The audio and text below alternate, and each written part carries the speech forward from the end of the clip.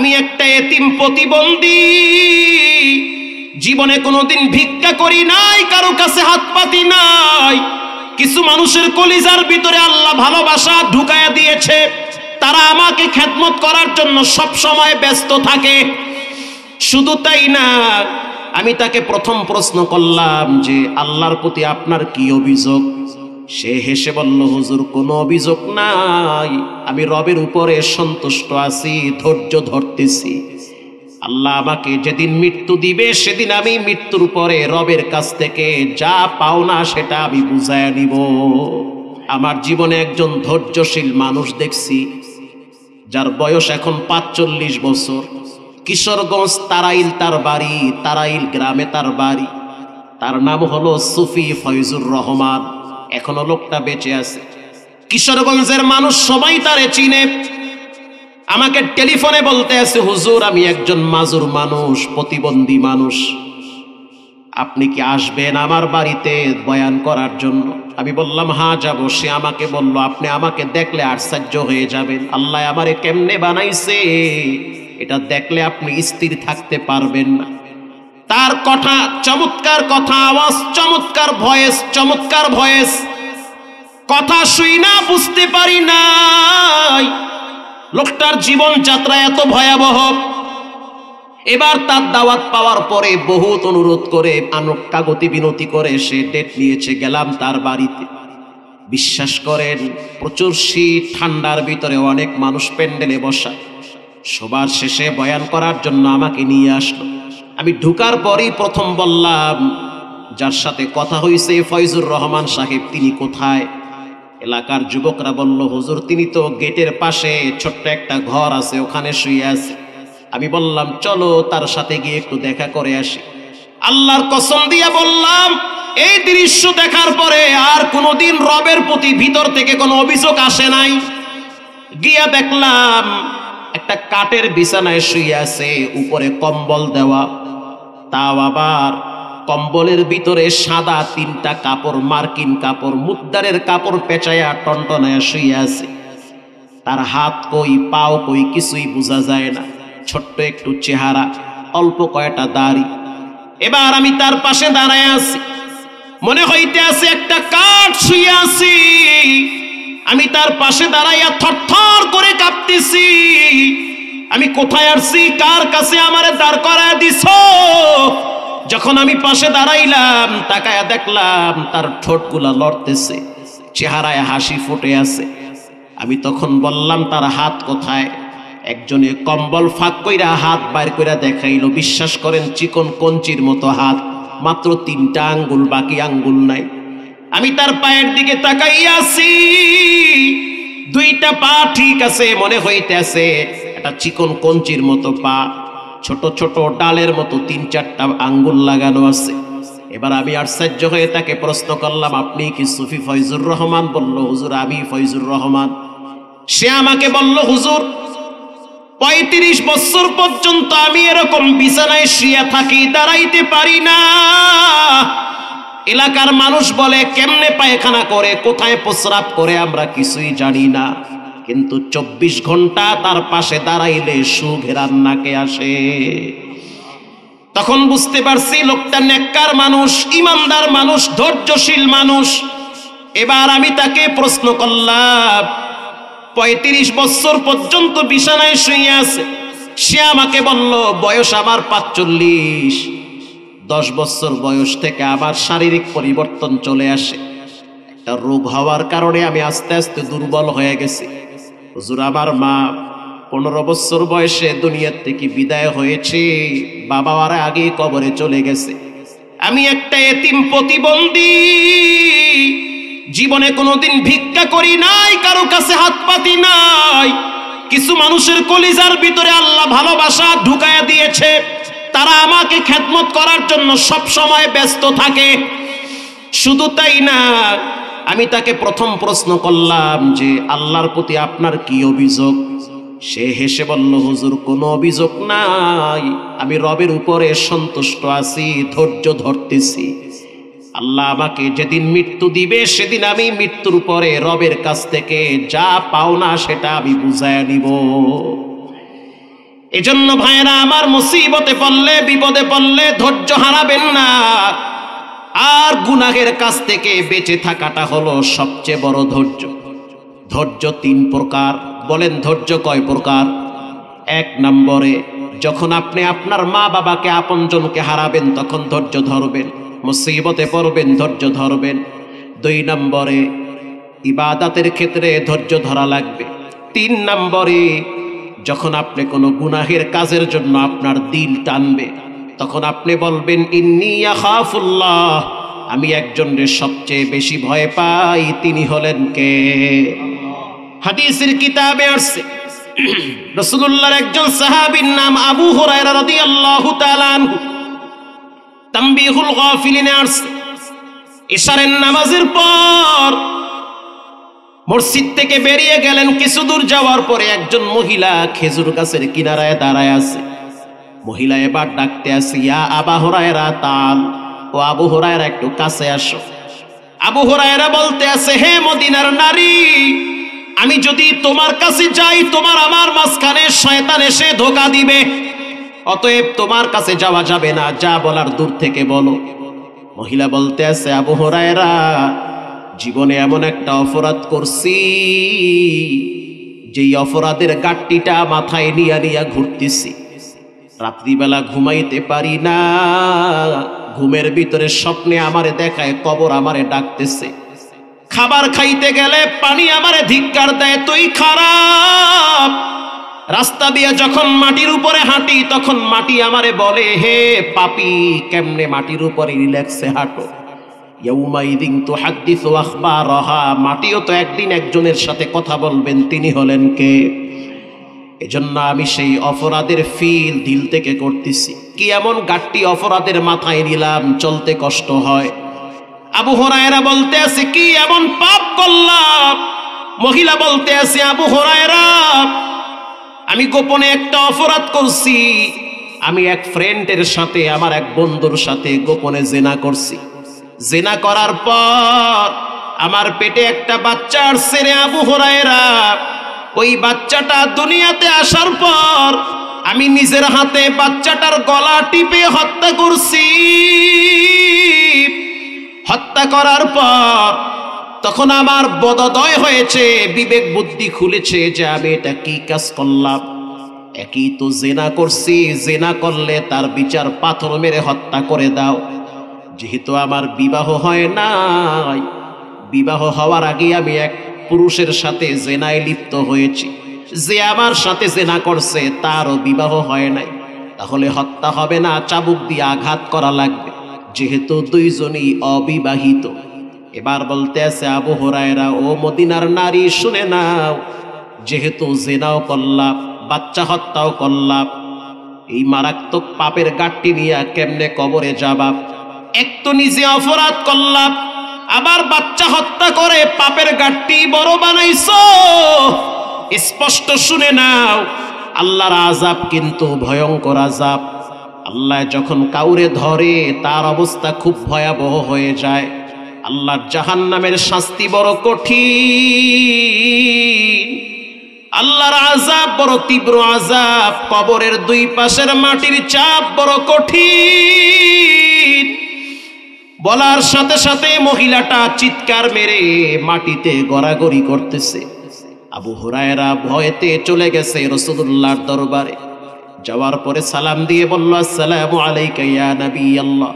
একজন নারী আসছিল, গোপনে জিনা করছে, জিনা করার পর পেটে বাচ্চা আসছে, বাচ্চাও হত্যা করছে। আল্লাহর রাসূল বলল, তুমি কি বললা? বলে, আমি নারীকে বলছি তুমি হালাক হয়ে যাও, আল্লাহর আযাব গজব সম্পর্কে তোমার কোনো ধারণা নাই। আল্লাহর রাসূল আবু হুরায়রাকে বলল, এরে আবু হুরায়রা, শুনে নাও, আল্লাহর দয়া মায়া সম্পর্কে তোমারও কোনো ধারণা নাই। স্পষ্ট ভাবে শুনে নাও, এই নারী যখন অপরাধ করেছে তখন তার ভিতরে শয়তান পরিপূর্ণ বদ্ধ ছিল। শয়তান তাকে পরিপূর্ণ গুনাহের রাস্তায় লিপ্সায় ফালায়া দিছে। সে অপরাধ করার পরে ধৈর্যের সহিত প্রতিদিন রবের দরবারে কান্না করেছে। রাত্রিবেলা যখন সবাই ঘুমিয়ে যাইত, দরজা জানলা লাগাইয়া চোখের পানি ছেড়ে যায় নামাজে কান্ত আর বলতো আল্লাহু হাজিরিন আল্লাহু নাজিরিন।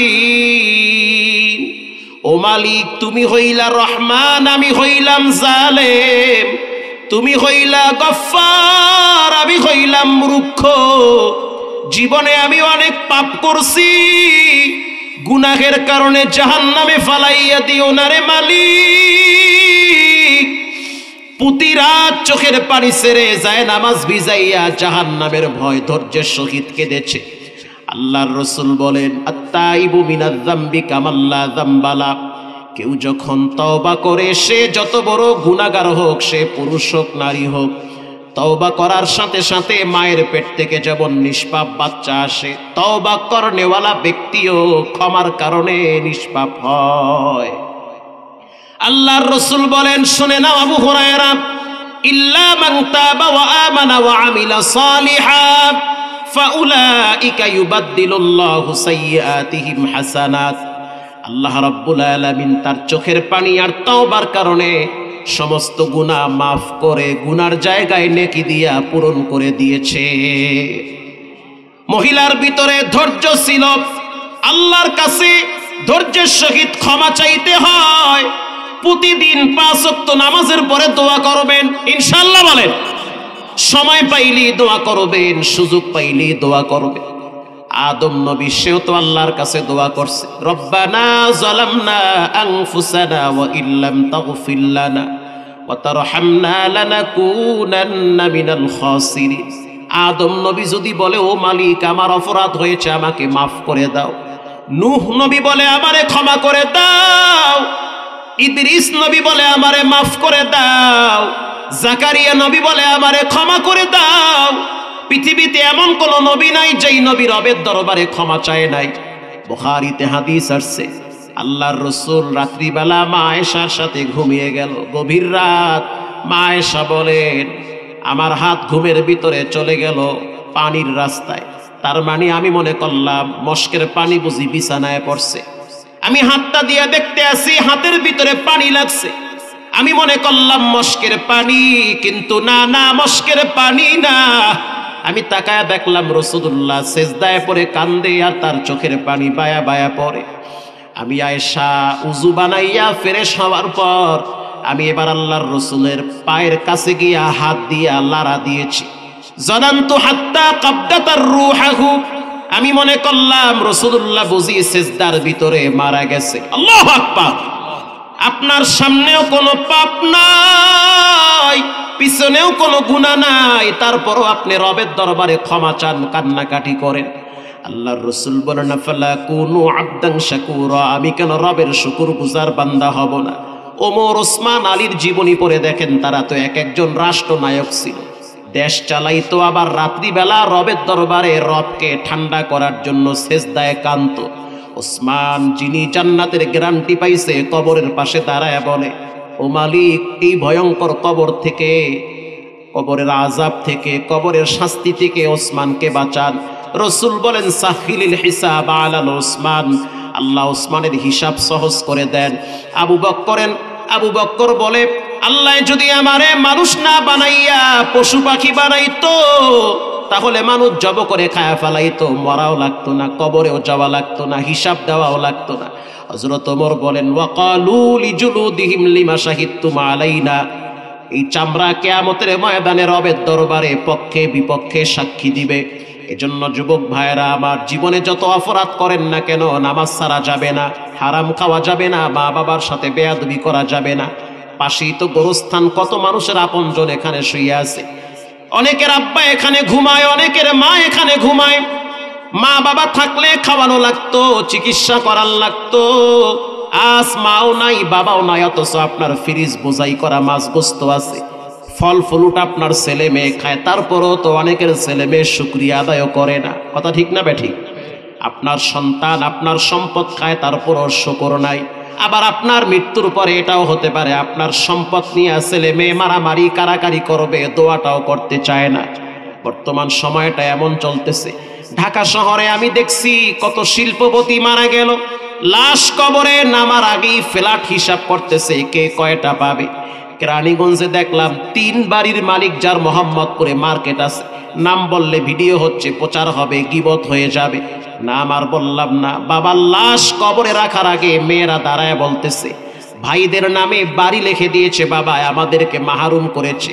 ভাইদেরকে বলেন আমাদের হক বুঝায় না দিলে বাবার লাশ কবরে নামতে দিব না। আল্লাহু আকবার।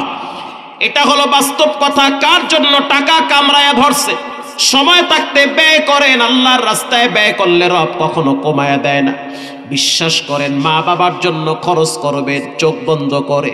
2টা জায়গায় কখনোই কৃপণতা করবেন না, যদি করেন তো ঠকবেন, কঠিনভাবে ঠকবেন, চিপায় পইরা ধরা খাবেন। 1, জীবনে কখনোই মা বাবার ব্যাপারে কৃপণতা করবেন না।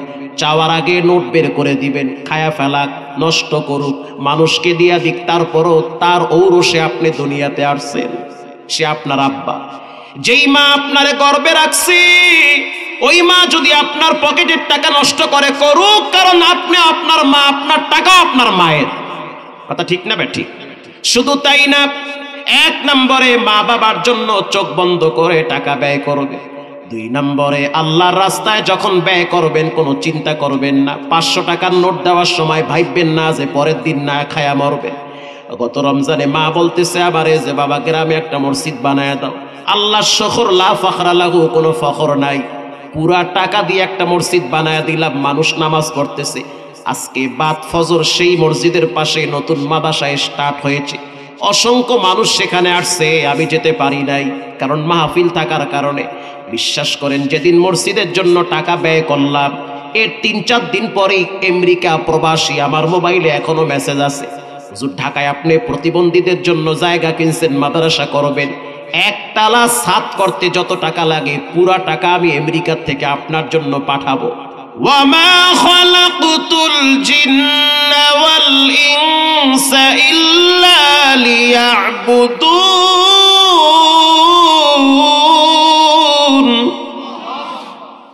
এতগুলা মানুষ যদি আল্লাহর নাম নিতেন, সামিয়ানা উঠতো, জিব্বা লারা দিয়া স্পষ্ট ভাবে কণ্ঠ ছেড়ে বলেন আল্লাহু আকবার। বলেন সব ক্ষমতার মালিক কে? প্রিয় ভাইয়েরা আমার, মানুষ এবং জিন এই 2টা জাতিকে একজনের জন্য গোলামি করার জন্য দুনিয়ায় পাঠানো হয়েছে। যার গোলামি করার জন্য পাঠানো হয়েছে তিনি হলেন কে? জোহরের নামাজ চলতেছে মসজিদে, আর আপনি পার্টি অফিসে বয়া বয়া নেতা নেত্রীর চামচামি করেন, কথা কন না কা?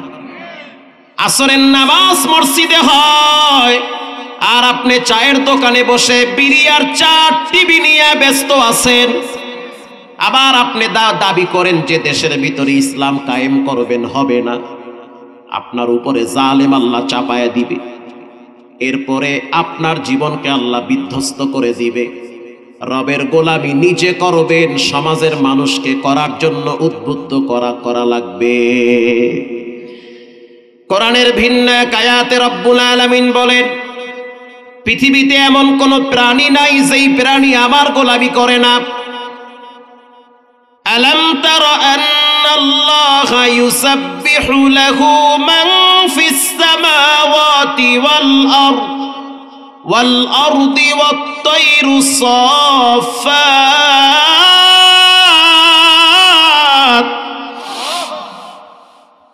আল্লাহ রাব্বুল আলামিন বলেন, পৃথিবীর ভিতরে তোমরা চোখ দিয়ে যেই পাখি দেখতে পাও, সেই পাখি পাখা বিস্তার করে জিহ্বা লড়ায়া একজনের প্রশংসা করে, তিনি হলেন কে? গতকালকে ফানুস উড়ায়া পটকাবাজি কইরা কত পাখিকে শেষ করে দিয়েছে।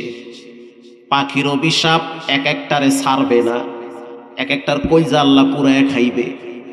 যাদের পটকাবাজির কারণে পাখিগুলা মারা গেল, কারণ পাখিগুলাও জিহ্বা লড়ায়া লড়ায়া প্রশংসা করে কেন অনর্থক পাখি মারলেন? কলজা খাইবে, মাইয়ের কলজা খাইবে, বইয়ের ক্যান্সার দিয়ে আল্লাহ জাগায় হওয়ায়া ভিক্ষা করায়া ছাড়বে। অপেক্ষায় থাকেন, ধরে কেমনে খালি গোনেন কয়টা পাখি মারছেন ফানুস উড়াইয়া। আল্লাহ বলেন ওয়াত তায়রু সাফফাত, কুল্লুন ক্বাদ আলিমা সালাতাহু ওয়া তাসবিহাহু। আসমানের দিকে তাকায়া দেখো, পাখি পাখা নাড়ায়া, পাখা মেলে দিয়ে জিহ্বা লড়ায়া লড়ায়া পাখিটাও জিকির করে একজনের, তসবিহ পড়ে একজনের। তিনি হলেন কে? ইউসাব্বিহু লিল্লাহি মা ফিস সামাওয়াতি ওয়া মা ফিল আরদ। রব্বুল আলামিন বলেন, আসমানে জমিনে তোমরা যা কিছু দেখতে পাও প্রত্যেকটা বস্তু প্রশংসা করে একজনের। চিৎকার মেরে বলেন, তিনি হলেন কে? সবাই আল্লাহর প্রশংসা করে। এবার আল্লাহ বলেন, ইন্নাল ইনসানা লিরাব্বিহি লাকানুত।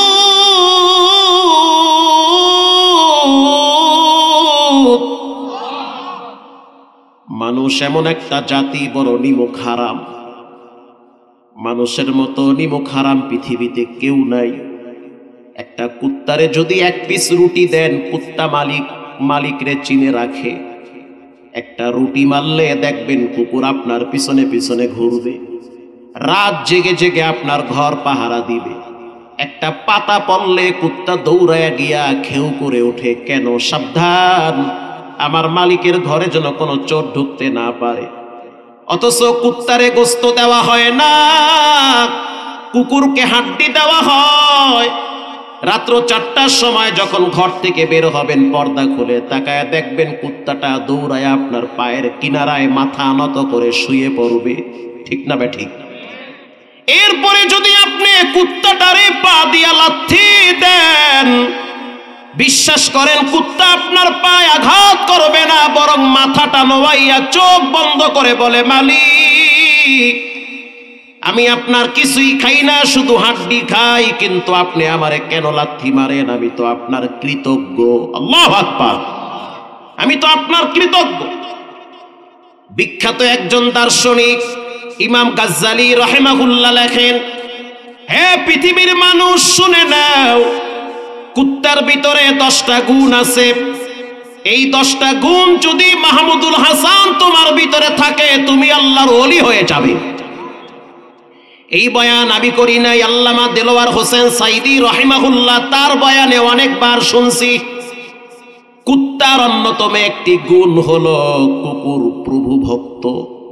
কথা কন না কার? কুকুর সে তার প্রভু ভক্ত হয়। বিশ্বাস করেন, কুকুর নিজে জীবন দিয়া দেয়, মালিকের ক্ষতি হোক এটা কুকুর চায় না। কুত্তার 2 নম্বর গুণ, কুত্তা অল্প জায়গায় সন্তুষ্ট হয়। কুত্তার কোনো ঘর বাড়ি নাই। আর আমাদের অভ্যাস হলো একটা বাড়ি হইলে আর একটা বাড়ি, আর একটা হইলে আর একটা, এরপরে কিস্তিতে লোনে টাকা নামাইতে না পারলে পেটের ভাত হজম হয় না। কুত্তার অন্যতম একটা বৈশিষ্ট্য, কুকুর যা পায় তা দিয়েই শুকর আদায় করে, মালিকের উপরে চড়াও হয় না। কুত্তার অন্যতম একটি বৈশিষ্ট্য হলো কুকুর কম ঘুমায়। আল্লাহর বলি যারা, তারাও রাত্রিবেলা ঘুমায় ঠিক, রাতের কিছু অংশে যায় নামাজে দাঁড়ায় দাঁড়ায় রবের সাথে ভালোবাসায় লিপ্ত হয়। ঠিক না ঠিক? আল্লাহর নবীর একজন সাহাবী হযরত ওমর রাদিয়াল্লাহু তাআলা আনহু, তার দরবারে একটা লিস্ট আসছে। লিস্ট হলো পার্শ্ববর্তী দেশ হেমসের ভিতরে দুর্ভিক্ষ দেখা দিয়েছে। দুর্ভিক্ষের কারণে কিছু মানুষ খাবার অভাবে কষ্ট পায়। ওই হেমসের গভর্নর ছিল সাইদ ইবনে আমির আল জুমাহি। হযরত ওমর রাদিয়াল্লাহু তাআলা আনহু বলল, হেমসবাসী, আমার দরবারে গরিবদের একটা লিস্ট পেশ করো। কারা কারা গরিব, খাবার খাইতে পারে না, কষ্ট হয়, এমন একটা লিস্ট আমার দরবারে পেশ করো।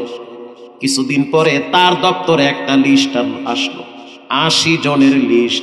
80 জন হলো হেমসের গরিব, এদের জীবনযাত্রা সংকীর্ণ, কষ্ট করে সংসার চালায়। হযরত ওমর রাদিয়াল্লাহু তাআলা আনহু তাকায় দেখলো, লিস্টের প্রথম যার নাম দেখার সাথে সাথে তিনি আশ্চর্য হয়ে গেলেন। লিস্টের প্রথম নাম হলো ওই দেশের যিনি মন্ত্রী, তার নাম। আল্লাহু আকবার। সাঈদ ইবনে আমির আল জুমাহি, তার নাম হলো প্রথমে লেখা। সে হলো সবচেয়ে বড় গরিব, সবচেয়ে বড় ফকির। মন্ত্রী সাহেব সে ফকির, আর আমগো দেশের প্রধানমন্ত্রীর পিয়নে 600 কোটি টাকা মার রেখাইছে। কথা কর না কা, এটা আমার কথা না, হে নিজেই কইছে। তাইলে নিজে কদ্দুর খাইছে আল্লাহই জানে, আল্লাহই ভালো জানে। পিয়ন যদি এত টাকা খায়, ওরে সুবহানাল্লাহ, পিয়ন হইতে পারলে তো লাভ হইতো আমার। প্রিয় ভাইয়েরা আমার, আপনি আমার টাকা মেরে খাবেন, মাপ চাবেন, মাপ হবে। 18 কোটি মানুষের টাকা যদি মেরে খান, মাপ হবে না। আল্লাহর আদালতে হিসাব দিয়ে কুলাইতে পারবেন না। এতগুলা মানুষের টাকা কেমনে মাইরে খাইয়া কবরে গিয়া চেহারা কিবলার দিকে ফিরাইবেন, লাভ হবে না। মরার পরে কবরে বাটাম ফাটা দিবে।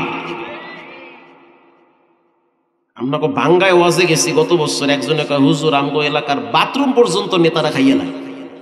ওরে সুবহানাল্লাহ, বাথরুম খায় কেমন? গাইটাও খাইয়া লাইছে, বাথরুমের টাকা খাইছে। এরকম নেতা আমগো দেশে আগে ছিল না? ছিল।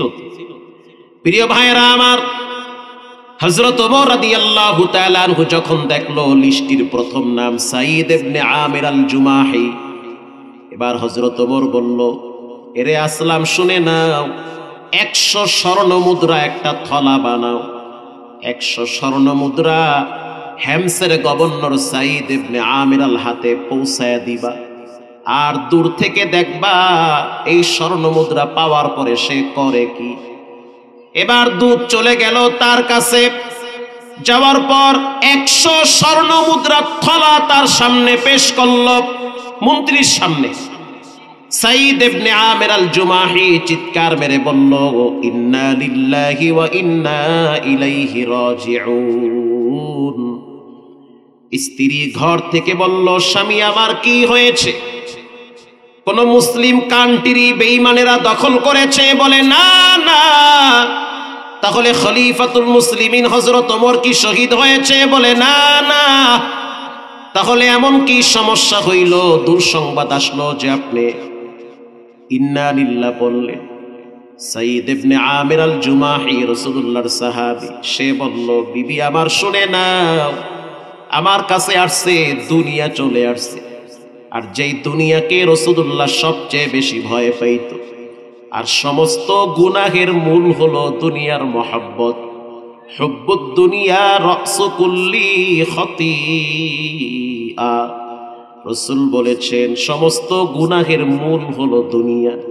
সম্পদ কামায়, মানুষের হত্যা করে, জায়গা দখল করে, বিল্ডিং দখল করে, চাঁদাবাজি করে, এই সবগুলার মূল গোড়ায় হলো দুনিয়ার মহব্বত। দুনিয়ার মহব্বত। সাঈদ ইবনে আমির আল বলতে আছে, বিবি আমার সত্য করে বলো, তুমি কি দুনিয়া চাও না আখিরাত চাও? স্ত্রী বলল, দুনিয়া লাগবে না স্বামী আমার, আমি আখিরাতে তোমার সাথে আল্লাহর জান্নাতে থাকতে চাই। তাহলে কষ্ট করার জন্য তৈরি হয়ে যাও। যেহেতু হযরত ওমর আমাকে জনগণের দায়িত্ব দিছে, জনগণের ভক্ষ খাওয়া যাবে না, জনগণের মালের রক্ষক খাওয়া লাগবে। স্ত্রী বলতে আছে, সহযোগিতা করার জন্য রাজি আছি। হযরত ওমর রাদিয়াল্লাহু তাআলা আনহু বলল, তুমি একটা কাজ করো, দেখো তোমার চোখে এই মহল্লায় কারা কারা গরিব আছে, তাদের লিস্ট করে আমার কাছে দাও। 100 স্বর্ণ মুদ্রা তাদের সামনে আমি বন্টন করব। সুবহানাল্লাহর ভলিউম বাড়ায় দেন। এইরকম নেতারে সংসদে পাঠান, তাহলে দেশের সম্পদ নষ্ট হবে না। ইনসাফ ওয়ালা নেতা পাঠান, খালি টিপ মাইরেন না আউলা জাউলা। রাগ করতেছে? একটু করেন রাগ, আপনি রাগ করলে তো আমার ভালোই লাগে একটু। প্রিয় ভাইরা আমার, হযরত ওমর রাদিয়াল্লাহু তাআলা আনহুর কাছে চলে গেল সেই দূত, মানে যিনি বার্তাবাহক। যাওয়ার পরে বলল, আমিরুল মুমিনিন, আমি এক আশ্চর্য দৃশ্য দেখছি। কি দেখলা? বলে, আমি দেখছি সে নিজে গরিব, তার থাকার তেমন একটা ঘর নাই, ভাঙ্গা কোনো মতো ঘরে নিজের জীবন পার করে। আর ওই স্বর্ণ মুদ্রাগুলা ডানে বামে ফোকারাদের মাঝে বন্টন করেছে, গরিবদের মাঝে এটা বিলি করেছে। হযরত ওমর আশ্চর্য হয়ে গেল। তাড়াতাড়ি মন্ত্রী পরিষদ গঠন করো, পালকি রেডি করো, উট দুম্বা রেডি করো, আমি হেমসে সফরে যাব সেই সাঈদ ইবনে আমির আল জুমাহিকে দেখার জন্য। আল্লাহু আকবার, আমি তাকে দেখতে যাব। এবার হযরত ওমর তাকে দেখার জন্য গেলেন। একটা মসজিদের ভিতরে পুরা হেমসের মানুষগুলাকে একত্রিত করলেন। আগে তো এত ঘন বসতি ছিল না, এত মানুষের বসবাস ছিল না, কিন্তু একটা মসজিদের ভিতরে হাজার হাজার মানুষের জায়গাও হতো না। বারান্দায় বাহিরে হাজার হাজার মানুষ বসে আছে। হযরত ওমর বসে আছে, ডান পাশে সাঈদ ইবনে আমির আল জুমাহি ওই এলাকার মন্ত্রীদের পাশে বসাইছে। আর হযরত ওমর রাদিয়াল্লাহু তাআলা আনহু বলতেছে, এরে হেমসের মানুষ শুনে নাও, এই লোকটার উপরে তোমাদের কোনো অভিযোগ আছে কিনা? পিছন থেকে একজন দাঁড়ায় বলল, আমিরুল মুমিনিন, আমার একটা অভিযোগ আছে। আরে আল্লাহ, কয় কি? এই লোকের ব্যাপারে অভিযোগ থাকতে পারে? বলে হ্যাঁ আছে। কি সেই অভিযোগ বলো? বলার সাথে সাথে সেই যুবক দাঁড়ায় বলতে আছে, আমিরুল মুমিনিন, আপনার এই মন্ত্রী যিনি আমাদের বর্তমান গভর্নর, তার একটা সমস্যা হলো সে প্রতিদিন অফিসে দেরি করে আসে। হযরত ওমর বলল, এটা তো মারাত্মক অপরাধ। পিছন থেকে আরেকজন দাঁড়ায় বলল, আমিরুল মুমিনিন, আমাদের মন্ত্রী সাহেব, তার আর একটা অপরাধ, সমস্যা, অভিযোগ, সেটা হলো সে দিনের বেলায় আমাদেরকে সময় দেয়, রাত্রিবেলা সময় দেয় না। আর একজন পিছন থেকে দাঁড়ায় বলতে আছে, আমিরুল মুমিনিন, আমার একটা অভিযোগ, সেটা হলো সে প্রতিদিন, সপ্তাহে একদিন অফিসে আসে না, মাসে একদিন অফিসে আসে না, প্রতি মাসে 29 দিন অফিস করে, একদিন আসে না। হযরত ওমর রাগান্বিত হয়ে গেলেন, প্রশ্ন করলেন সাঈদ ইবনে আমির আল জুমাহিকে, আমি তো তোমাকে নেককার মনে করেছিলাম, জনগণের আমানতদার মনে করেছি, অথচ অভিযোগ মানুষ দিতেছে তোমার নাকি 2-3টা প্রবলেম। সাঈদ ইবনে আমির আল জুমাহি বলতে আছে, আমিরুল মুমিনিন, আমার এই গোপন রহস্য আমি চাই না মানুষ জানুক, যেহেতু আপনি জনগণের মুখোমুখি আমারে করছেন, আমার তো গোপন তথ্য ফাঁস করা লাগবে। এবার এই আমিরুল মুমিনিন হযরত ওমর প্রশ্ন করলো, কেন তুমি প্রতিদিন অফিসে দেরি করে আসো? সাঈদ ইবনে আমির আল জুমাহি জবাব দেয়, আমিরুল মুমিনিন, আমার তো ঘরে কোনো চাকর নাই, কোনো দাসদাসী নাই, আজকে দীর্ঘদিন পর্যন্ত আমার বিবি অসুস্থ, প্রতিদিন সকালবেলা রুটি আমার নিজের হাতে বানাইতে বানাইতে অফিসে আসতে দেরি হয়, আমার কোনো খাদেম নাই, চাকর নাই, সিকিউরিটি গার্ড নাই, কে আমার ঘরের কাজ করবে? আমার স্ত্রী অসুস্থ কয়েক বছর, সকালবেলা নিজের হাতে রুটি বানাইতে হয়, স্ত্রীর খাবার, আমার খাবার, বাচ্চাদের খাবার নিজের হাতেই ম্যানেজ করে অফিসে আসতে একটু দেরি হয়। আল্লাহু আকবার বলেন। হযরত ওমর তাকায় আছে, বলে কি? এবার আরেকজন ব্যক্তি যখন বলল যে সে রাত্রিবেলা সময় দেয় না, দিনের বেলায় সময় দেয়, সাঈদ ইবনে আমির আল জুমাহি বলতে আছে, আমিরুল মুমিনিন শুনে নেন, কসসামতু লি হায়াতি মা বাইনাল্লাহি ওয়া বাইনাল মাখলুক, রাত এবং দিনটাকে আমি 2টা ভাগ করেছি, দিনের বেলায় আমি মানুষকে দেই, রাত্র বেলায় আমি আল্লাহকে দেই। রাত এবং দিনটাকে আমি 2টা ভাগ করছি, দিন আমি জনগণকে দিয়ে দিয়েছি, রাত্রিবেলা আমি রবের দরবারে দণ্ডায়মান হই, কারণ আমার আখিরাত তো ঠিক রাখা লাগবে। প্রিয় ভাইরা আমার, আপনারা পত্রিকায় দেখেছেন, অনলাইনে দেখছেন, যখন আফগানিস্তানের যুদ্ধ চলতেছিল, টনি ব্লেয়ারের শালী তিনি রিপোর্ট করার জন্য আফগানিস্তানে ঢুকে গিয়েছে। সেখানে তালেবানদের হাতে টনি ব্লেয়ারের শালী গ্রেপ্তার হয়েছে। গ্রেপ্তার হওয়ার পরে তাকে যখন তাঁবুর ভিতরে নেওয়া হইল, তিনি ভয়েতে ভীত সন্ত্রস্ত হয়ে গেছে। তখন তালেবান মুজাহিদরা বলতে আছে, ভয়ের কোনো কারণ নাই, আমরা মানকিন সৈন্যদের মতো না যে কোনো নারী পাইলেই তার উপরে ঝাঁপিয়ে পড়ে ধর্ষণ করব, আপনি আমাদের বোন, আমাদের কাছে আমানত থাকবে। এটা বলার সাথে সাথে সে বলতে আছে, আমার শরীরের বোঝাটা একটু হালকা হয়ে গেল। এরপরে তাঁবুর ভিতরে গিয়ে দেখলাম রাত্রিবেলা কিছু মুজাহিদরা সিজদায় পড়ে চোখের পানি ছেড়ে কান্দে, আর কিছু মুজাহিদকে দেখলাম দাঁড়ায় দাঁড়ায় নামাজের ভিতরে আল্লাহর কোরআনের তেলাওয়াত করে। তখন আমি চিন্তায় পড়ে গেলাম, আমাদের যোদ্ধারা, মার্কিন সৈন্যরা, তারা তো দিনের বেলায় যুদ্ধ করে, রাত্রিবেলার মদ আর জুয়া আর শুকরের মাংস নিয়ে ব্যস্ত থাকে, নারী নিয়ে ব্যস্ত থাকে। আর এদেরকে দেখলাম দিনের বেলায় যুদ্ধ করে, রাত্রিবেলা রবের দরবারে সেজদায় লুটিয়ে পড়ে। এই জাতিকে কখনোই থামানো যাবে না। টনি ব্লেয়ারের শালি বলে, আমি আর দেরি করি নাই। যিনি কমান্ডার ছিল তার নাম ছিল আব্দুল্লাহ আল হাফিজ। আমি তার কামরার কিনারায় দাঁড়ায় দেখছি রাত্রিবেলা তিনি জায়নামাজে বসে বসে দুই হাত তুলে রবের দরবারে চোখের পানি ছেড়ে কাঁদে। তার চোখের অশ্রু দেখে আমি তার সামনে দাঁড়ায়া কালেমা পড়ে মুসলমান হয়েছি। এত সুন্দর আদর্শ ইসলাম ছাড়া অন্য কোথাও থাকতে পারে না। ঠিক তেমনি ভাবে এই সমাজের যুবকরা যদি পাবজি, ফ্রি ফায়ার, টিকটক সব বাতিল করে দিয়ে দিনের বেলায় যদি কোরআনের পক্ষে স্ট্রং হয়ে দাঁড়িয়ে থাকে, আর 5 ওয়াক্ত নামাজ জামাতের সহিত আদায় করে, আর যদি বলে ফরিদপুরের ভিতরে কোনো ধরনের অশ্লীলতা, বেহায়াপনা চলবে না, আর রাত্রিবেলা যদি রবের দরবারে 2-4 রাকাত নামাজ পড়ে সেজদায় লুটিয়ে পড়ে, এই ফরিদপুরে কোনো নাস্তিক বেঈমান আল্লাহর বিরুদ্ধে অবস্থান নিতে পারবে না। আসতে বলবেন না, জোরে বলেন ঠিক না ঠিক? প্রিয় ভাইরা আমার,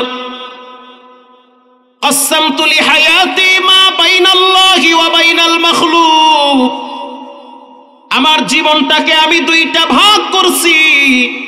মানুষের রাতও কাটে, দিনও কাটে। আমি আমার রাতকে রবকে দিয়েছি, দিনকে রবের বান্দাদেরকে দিয়েছি। 3 নম্বরের ব্যক্তি যিনি অভিযোগ করলো আমি নাকি মাসে 1 দিন আসি না, এটা সত্য কথা।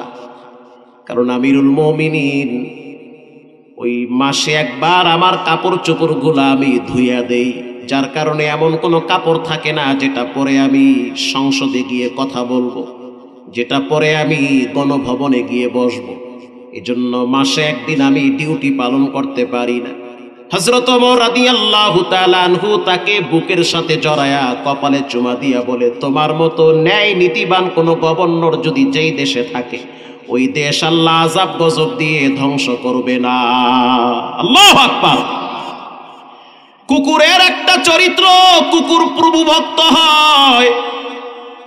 এই আদর্শ যদি আমাদের ভিতরে থাকতো যে আমরা যেই মালিকের নুন খাই তার গুণ গাওয়া লাগবে, তাহলে আমরা কোনোদিন জালেম স্বৈরাচারের নির্যাতনের শিকার হইতাম না। এই সমাজের অধিকাংশ মানুষ নামাজ পড়ে না, তারা আবার ইনসাফ চায়। আরে তো আপনি আল্লাহর সাথে বেইনসাফি আগেই করছেন।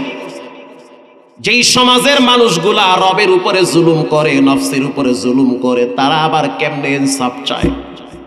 আল্লাহর যেমন হক আছে, বান্দার হক আছে। আল্লাহর 1 নম্বরের হক, বান্দা প্রতিদিন 5 ওয়াক্ত নামাজ মসজিদে গিয়া সেজদায় লুটিয়ে পড়বে।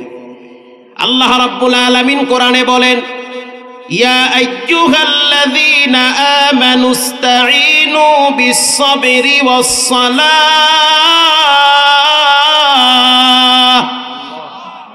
পৃথিবীর মানুষ, তোমরা আমি রবের কাছে 2টা জিনিসের মাধ্যমে সাহায্য চাবা।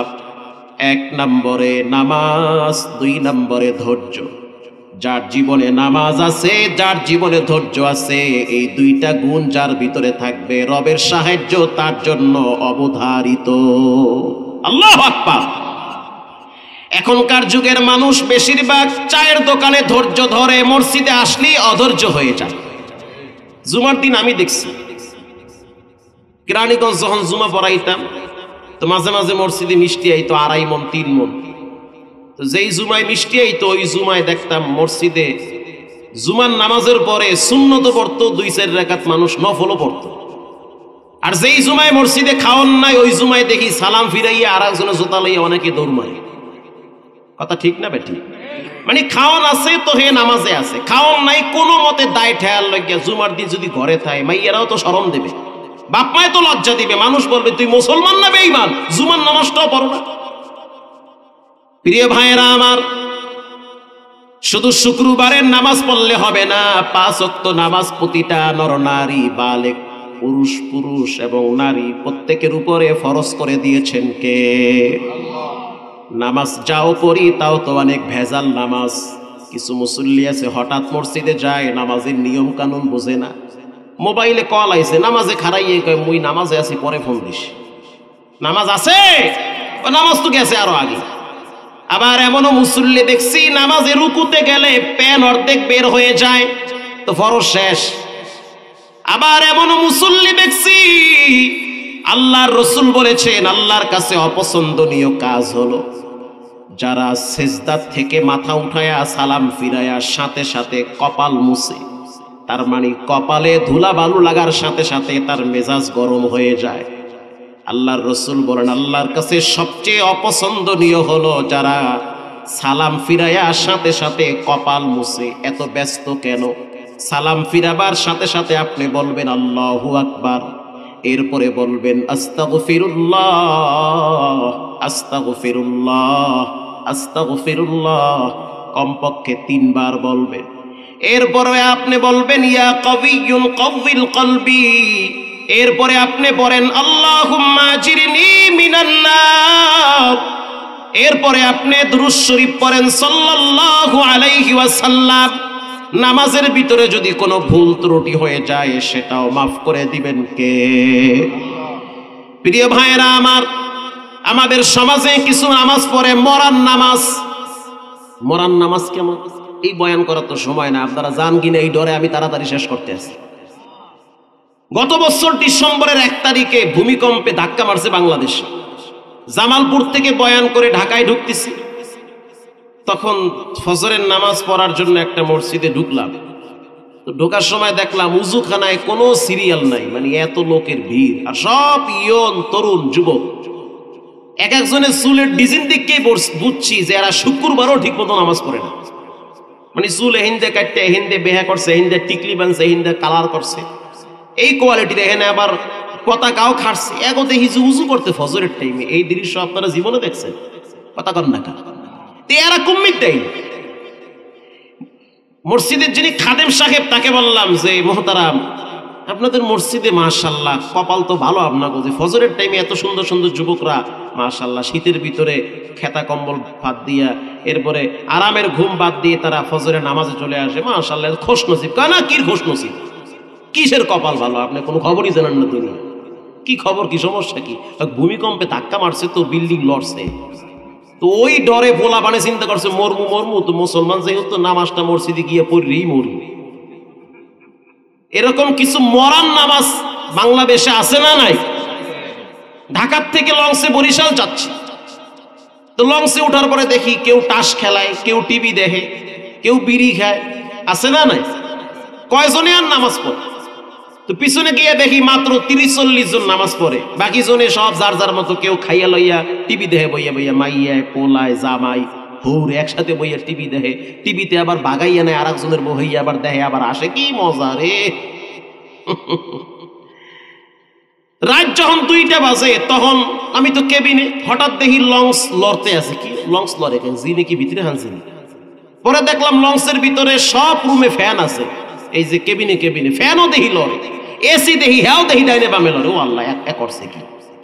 পরে বাইরে নামে দেখি তুফানে খালি বাড়ি মারতে আছে, লঞ্চ একবার ডাইনে যায় আবার বামে যায়। তো পরে দোয়া কালাম যা আছে পড়ছি, কারণ মরার ডর তো সবাইরই আছে, নাকি বলে?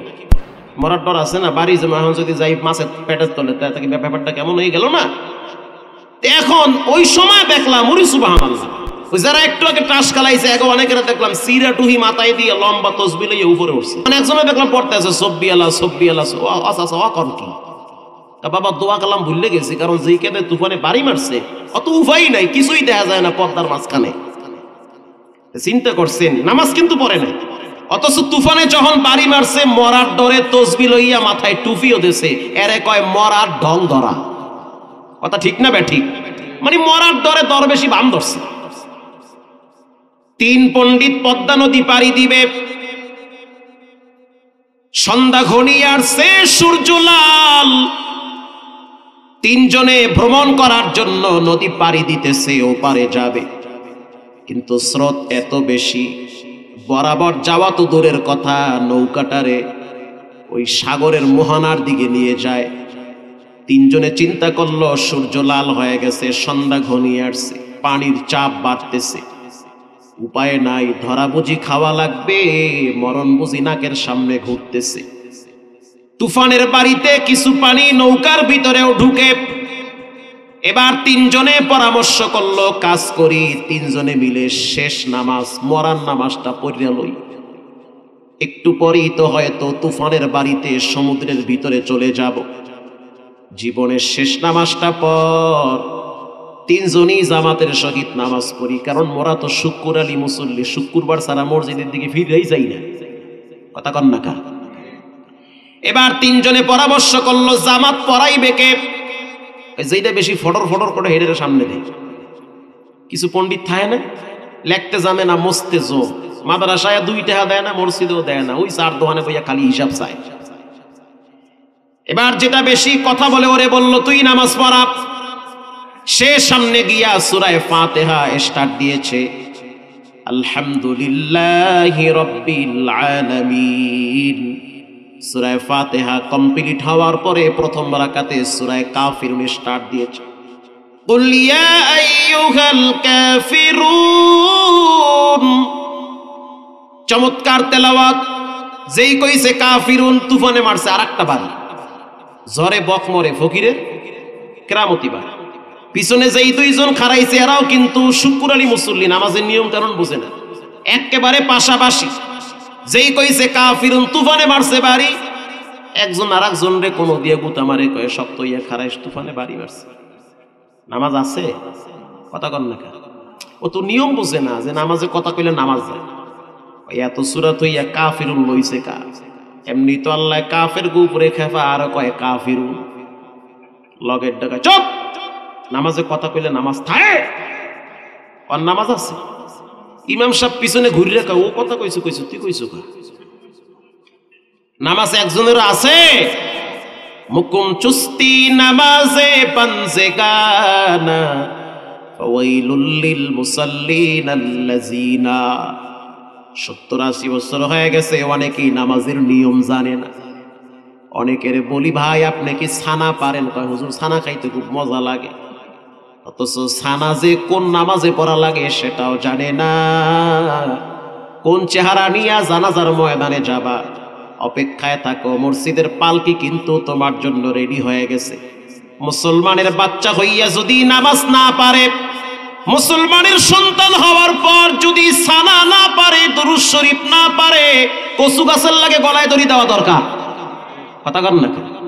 রাগ করবেন না, না বাবা, পাও ধরে মাপ চাই। আল্লাহর কাছের সবচেয়ে প্রিয় ইবাদত হলো নামাজ। সেই নামাজের ব্যাপারে বাঙালি সবচেয়ে বেশি উদাসী, সবচেয়ে বেশি উদাসী। আল্লাহ রাব্বুল আলামিন বলেন, ইন্নাস সালাতা তানহা আনিল ফাহশাই ওয়াল মুনকার। নামাজ এমন একটা ইবাদত, সমস্ত ফায়সা কাজ থেকে নামাজ ফিরায় রাখে। আল্লাহু আকবার। আমি জীবনে একজন রিকশাওয়ালার নামাজ দেখছি, আমার জীবনে দেখা। যখন তারাবি পড়াইতাম কেরানীগঞ্জ কলাতিয়া বাজার মসজিদে, রমজান মাসে গ্রামের মানুষের জন্য কিছু খেজুর, কিছু তসবিহ, কিছু রুমাল, কিছু আতর কেনার জন্য চক বাজারে গেছি। এটা কেনার পরে 17ই না 18ই রমজান ছিল। রিকশায় বসে সদরঘাট যাচ্ছি, ওখানে লঞ্চের যিনি মিশিং ম্যান আছে তার হাতে তুলে দিব, সে নামায় দিবে কলাপাড়া। তো রিকশায় যাইতেছি, চতুর্দিকে জ্যাম, রিকশা সামনে চলে না, মাঝখান থেকে ড্রেন কাটা, এক লাইন বন্ধ হয় আর এক লাইন চালু হয়। কিছুক্ষণ পরে তাকায় দেখলাম প্রত্যেকটা রিকশায় রাস্তায় জ্যাম লেগে আছে। পাশের রিকশায় একজন মুরব্বী হ্যান্ডেল ধরে পেট্রোল মারতেছে, আস্তে আস্তে মারে আর রিকশা আস্তে আস্তে সামনে যায়। দুইজন জেন্টেলম্যান বসা, ভদ্র মানুষ দুইজন বসা, শিক্ষিত। একটু পরেই আসরের নামাজের আজান হয়ে গেছে। আজান যখন হয়ে গেল, আজান হওয়ার সাথে সাথে রিকশাওয়ালারে দেখলাম সে আস্তে করে সাইড করে ফেলেছে। এবার ওই দুইজন ভদ্রলোক বলতেছে, চাচা ভাড়া বাড়ায় দিব, সাইড করিয়েন না, সদরঘাট নিতে হবে, আমাদের বস আমাদের জন্য অপেক্ষায় আছে। রিকশাওয়ালা মুরব্বী বলতে আছে, তোমার বস তোমারে ডাকতেছে আর আমার বস আমারে নামাজে মসজিদে ডাকে। এটা শোনার পরে আমার ভিতরে কম্পন শুরু হয়ে গেল। হয়তো এরকম কিছু ভালো মানুষের উসিলায় এই ঢাকাটারে আল্লাহ এখনো গজব থেকে টিকায় রাখছে। চাচা রিকশার ভাড়া বাড়ায় দিব, স্পষ্ট আমার কানে মনে আছে। 1 লক্ষ টাকা যদি ভাড়াও দেওয়া হয়, আমার এই রিকশার চাকা সামনে আর 2 কদম চলবে না। তখন চিন্তা করেন একজন রিকশাওয়ালার ভিতরে নামাজের কি প্রেম ভালোবাসা। আল্লাহর নবীর সাহাবী হযরত আলী, রাসূল বলেছেন, আনা মাদিনাতুল ইলম ওয়া আলিয়্যুম বাবুহা, আমি হলাম ইলমের শহর আর সেই শহরের দরওয়াজা আমার জামাতা হযরত আলী। আল্লাহু আকবার। সেই আলী রাদিয়াল্লাহু তাআলা আনহু যুদ্ধের ময়দানে তার পায়ের ভিতরে তীর বিদ্ধ হয়েছে। এমন ভাবে তীরটা পায়ের ভিতরে ঢুকে গিয়েছে, টান মারলে হযরত আলীর কলিজায় গিয়া লাগে। এবার কেউ টান দেয় না, হাতও দেয় না। একজনে বলল, পারবা না, সম্ভব না। তার চেয়ে হযরত আলী যখন নামাজে দাঁড়াবে তখন তীর ধইরা টাইনা সরায়া ফেলাবা, হযরত আলীর খবরও থাকবে না। হযরত আলী নামাজে দাঁড়ায় আর একজনে আইসা তীর টাইনা সরায়া ফেলাইছে। হযরত আলীর খবর নাই। নামাজ শেষ হওয়ার পর তাকায়া দেখলো তীর টাইনা সরায়া ফেলাইছে। কারণ হযরত আলী যখন নামাজে দাঁড়ায় তখন তার দিলটা আরশের সাথে লেগে থাকে। প্রিয় বাবারা, আবার যুবক ভাইরা, পায়ে হাত দিয়ে বলি, অনুরোধ করে বলি, জীবনে যা কিছু করো না কেন, নামাজ ছেড়ে দিলে নিজের পায়ে নিজে কুড়াল মারলা, নিজের পায়ে নিজে কুড়াল মারলা, নিজের বিপদ নিজের হাতে ডেকে আল্লাহ। আল্লাহর সাথে বান্দার সম্পর্ক হলো নামাজের মাধ্যমে। আল্লাহর রাসূল বলেন, কেউ যদি ফজরের নামাজ জামাতের সহিত পড়ে রে, আল্লাহর রাসূল বলেন সে যেন রবের রহমতের চাদরের নিচে চলে গেল, আল্লাহর জিম্মায় চলে গেল। অন্য এক হাদিসে আল্লাহর রাসূল বলেন, মান গাদা ইলাল মসজিদ আও রাহা আ'আদাল্লাহু লাহু নুজুলাহু মিনাল জান্নাতি কুল্লামা গাদা আও রাহা। কেউ যদি সকালে আর সন্ধ্যায় মসজিদে আসে আর যায়, আল্লাহর রাসূল বলেছেন সে যেন অপেক্ষায় থাকে। তার মানে যে এশার ফজরের নামাজ মসজিদে পড়বে, সে যেন ওয়েটিং এ থাকে, অপেক্ষায় থাকে। তার মৃত্যুর পর তার মালিক আল্লাহ তার জন্য জান্নাতে দস্তরখানা বিছাইয়া মেহমানদারি করাবে। আ'আদাল্লাহু লাহু নুজুলাহু মিনাল জান্নাতি কুল্লামা গাদা আও রাহা। যুবক ভাইরা, আবার মুরব্বী বাবারা, অনেকের সময় নষ্ট হয় মোবাইলের পিছনে, নামাজের টাইমের খেয়াল থাকে না। অনেকে চায়ের দোকানে টিভির দিকে তাকাইয়া আছে, নামাজের খেয়াল নাই। অথচ কিডনি ড্যামেজ হইতেছে, কিডনি নষ্ট হইতেছে, খবরই নাই। হার্ট আস্তে আস্তে দুর্বল হইতে আছে, খবর নাই। ক্যান্সারের দিকে চলে যাচ্ছে, খবর নাই। ডায়াবেটিসে আক্রান্ত হয়ে গেছে, প্রেশার হাই হয়ে যাচ্ছে, হ্যাপাটোলজি বি ভাইরাসে আক্রান্ত হচ্ছে। শুধু তাই না, কত রোগে আপনি আক্রান্ত হচ্ছেন, খবর নাই। টের পাবেন 20 বছর পর। অতএব আপনার এই 20টা বছর সময় যেন নামাজবিহীন না কাটে, ইনশাআল্লাহ বলেন। আল্লাহ রাব্বুল আলামিন বলেন, ইয়া আইয়ুহাল্লাযীনা আমানুস্তাঈনু বিস-সাবরি ওয়াস-সালাহ ইন্নাল্লাহা মা'আস-সাবিরিন।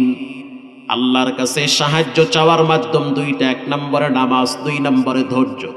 ধৈর্য 3 প্রকার। 1 নম্বরে আস-সাবরু আলাত তাআ, ইবাদতের ক্ষেত্রে ধৈর্য ধরা। ফজরের নামাজ পড়ছেন, আবার জোহরের নামাজ, একটু পরে আসর, একটু পরে মাগরিব, একটু পরে এশা।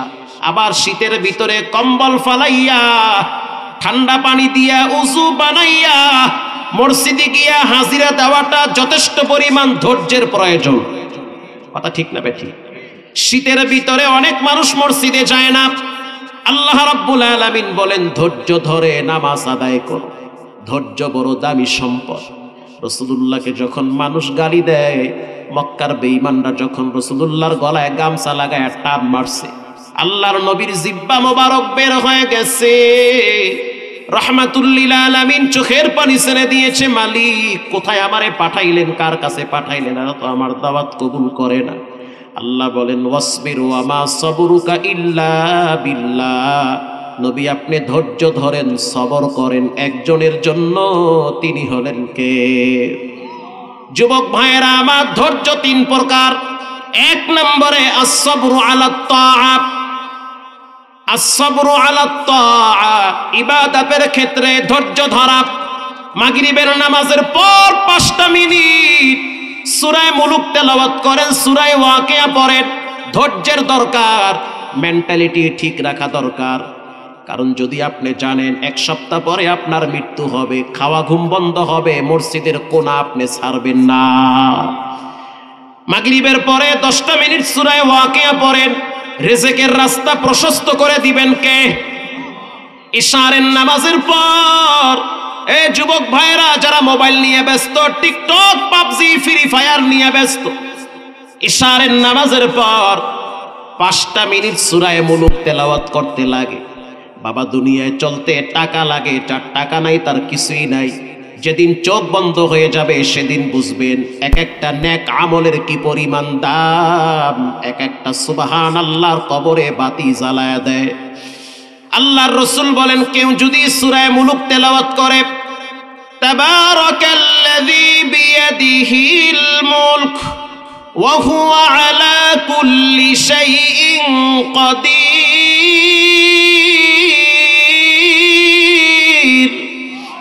আল্লাহর রাসূল বলেন কেউ যদি সূরা মুলুক তেলাওয়াত করে ইশারের নামাজের পর, আল্লাহর কসম অসংখ্য হাদিসে আসছে তার কবরে রব্বুল আলামিন নূরের বাতি জ্বালায়া দিবে। বিশ্বাস করেন। শুধু তাই না, কিয়ামতের ময়দানে সূরা মুলুক তার পক্ষে সুপারিশ করার জন্য জান্নাতের গেটে স্টিল গার্ড হিসাবে দাঁড়ায়া যাবে। সূরা মুলুক তেলাওয়াত করতে 5 মিনিট টাইম লাগে না, তেলাওয়াত করেন, তবে একটা জিনিস লাগে, সেটা হলো ধৈর্য। কথা কন না, ধৈর্য লাগবে। 2 নম্বরে আস-সাবরু আলাল মাসিবা, মুসিবতে ধৈর্য ধরা। বাপ মারা গেছে, ধৈর্য ধরেন। আপনার উত্তম অভিভাবক একজন আছেন, তিনি হলেন কে? হঠাৎ মা মারা গেছে, চিৎকার মেরে কান্দেন না, আস্তে আস্তে ফোফায়া ফোফায়া কান্দেন আর মায়ের জন্য দোয়া করেন, রব্বিরহামহুমা কামা রব্বায়ানি সগীরা। সন্তানটা মারা গেছে, ধৈর্য ধরেন। আরে আমার তো ছোট ভাইটা পানিতে পড়ে মারা গেছে, আল্লাহর দয়া। বাবা এখন বলে আল্লাহ বুঝে আমার দিকে মুখ খুললে চাইছে, কারণ নিজের আমল দিয়ে জান্নাতে যাওয়া যাবে না। তবে রাসূল বলছে কিয়ামতের ময়দানে যেই সন্তান নাবালেগ অবস্থায় মারা যায়, ওই সন্তান বাবারে না নিয়া জান্নাতে যাবে না। আল্লাহু আকবার। আল্লাহর রাসূল বলেছেন পৃথিবীর মানুষ শুনে নাও, কারো সন্তান যদি ছোটবেলায় মারা যায়, চিৎকার মাইরা কান্দো না, ধৈর্য ধরো। তোমার আমল দিয়া জান্নাতে যাইতে পারবা না, কিন্তু তোমার সন্তান তোমার আঙ্গুল ধরে জান্নাতের গেট দিয়া ভিতরে টানবে। আল্লাহর রাসূল বলেছেন ধৈর্য ধরো, সন্তান মারা গেলে আস-সাবরু আলাল মাসিবা, ধৈর্য ধরো, সবর ইখতিয়ার করো, গুনাহ থেকে বেঁচে থাকার জন্য ধৈর্য ধরো। আল্লাহর নবীর একজন প্রিয় মানুষ, কলিজার টুকরা চাচা আব্বাস রাদিয়াল্লাহু তাআলা আনহু মারা গেছে। লাশ পড়ে আছে, লাশ বারান্দায় ফালায় রাখছে। তার সন্তান আব্দুল্লাহ রাদিয়াল্লাহু তাআলা আনহু বাবার কপালে একটা চুমা দিয়া বলতে আছে, ওগো আব্বাজান, এতিম করে আপনি চলে গেলেন। এটা বলে চোখের পানি ফালায়া ফালায়া কাঁদতেছে, আর চোখের পানি ঝর্ণার মতো বায়া বায়া বাবার কপালে পড়তেছে। ইন দি মিন টাইমে এক রাখাল, গ্রাম্য সাহাবী, সে গ্রামে গ্রামে উটেরে পানি খাওয়ায়। ওই রাস্তা দিয়া যাওয়ার সময় তাকায় দেখলো এক যুবক বসে বসে বাবার কপালে চুমা খায় আর কাঁদে। নরমাল যুবক না, দামি একজন যুবক, আব্দুল্লাহ ইবনে আব্বাস, রাইসুল মুফাসসিরিন, দামি একজন সাহাবী, মুহাদ্দিসুল আসর। সে কাঁদতেছে, বাবা মারা গেছে তো আবেগে আপ্লুত হয়ে গেছে, চোখের পানি ছেড়ে বাবার জন্য কাঁদতেছে। এবার ওই গ্রাম্য সাহাবী এসে বলতে আছে, কেন কাঁদো? খায়রুল লিল আব্বাস আজরুকা বাদাহু, আল্লাহু আকবার বলেন। খায়রুল লিল আব্বাস আজরুকা বাদাহু আল্লাহু খায়রুম মিনকা লিল আব্বাসি। গ্রাম্য সাহাবী যেই কথা বলল, শুনলে তো আপনি অস্থির হয়ে যাবেন। সুবহানাল্লাহ জোরে বলবেন, ইনশাআল্লাহ বলেন, বললেন সুবহানাল্লাহ। এবার ওই গ্রাম্য সাহাবী বলতে আছে, কেন কাঁদো? বলে আব্বা মারা গেছে। বলে শুনে নাও, তোমার আব্বা তোমার কাছে যেই পরিমাণ ভালো থাকবে, তার চেয়ে তোমার রবের কাছে বেশি ভালো থাকবে। কি চমৎকার! তোমার বাপ তোমাদের কাছে যেই পরিমাণ আরামে থাকতো, তোমার আব্বা তোমাদের কাছে যেই পরিমাণ যত্নে থাকতো, এর চাইতে তার রব তার মালিকের কাছে আরো আরামে থাকবে। কারণ তোমার আব্বারে তুমি যেই রকম ভালোবাসো, যতটুকু ভালোবাসো, শুনে নাও, তার যিনি রব তোমার চেয়ে 70 গুণ বেশি ভালোবাসে। অতএব বাবার প্রেমে কান্দো, তার রবের কাছে সে চলে গেছে, রব তো তারে বানাইছে। আবার রাসূলুল্লাহর চাচা, তার মর্যাদা ভিন্নভাবে আল্লাহর কাছে বেশি। বাপ মারা গেছে, সন্তান মারা গেছে, অসুস্থ হয়ে গেছেন, চিৎকার মাইরেন না, অধৈর্য হইেন না, ধৈর্য ধরেন, সবর করেন, ধৈর্যের ফল মিষ্টি হয়। আল্লাহ কোরআনে বলেন, ইন্নামা ইউওয়াফাস সাবিরুনা আজরাহুম বিগাইরি হিসাব। যারা ধৈর্য ধরে সবর করে তাদেরকে হিসাব ছাড়া জান্নাতের মেহমান বানায় দেয় কে?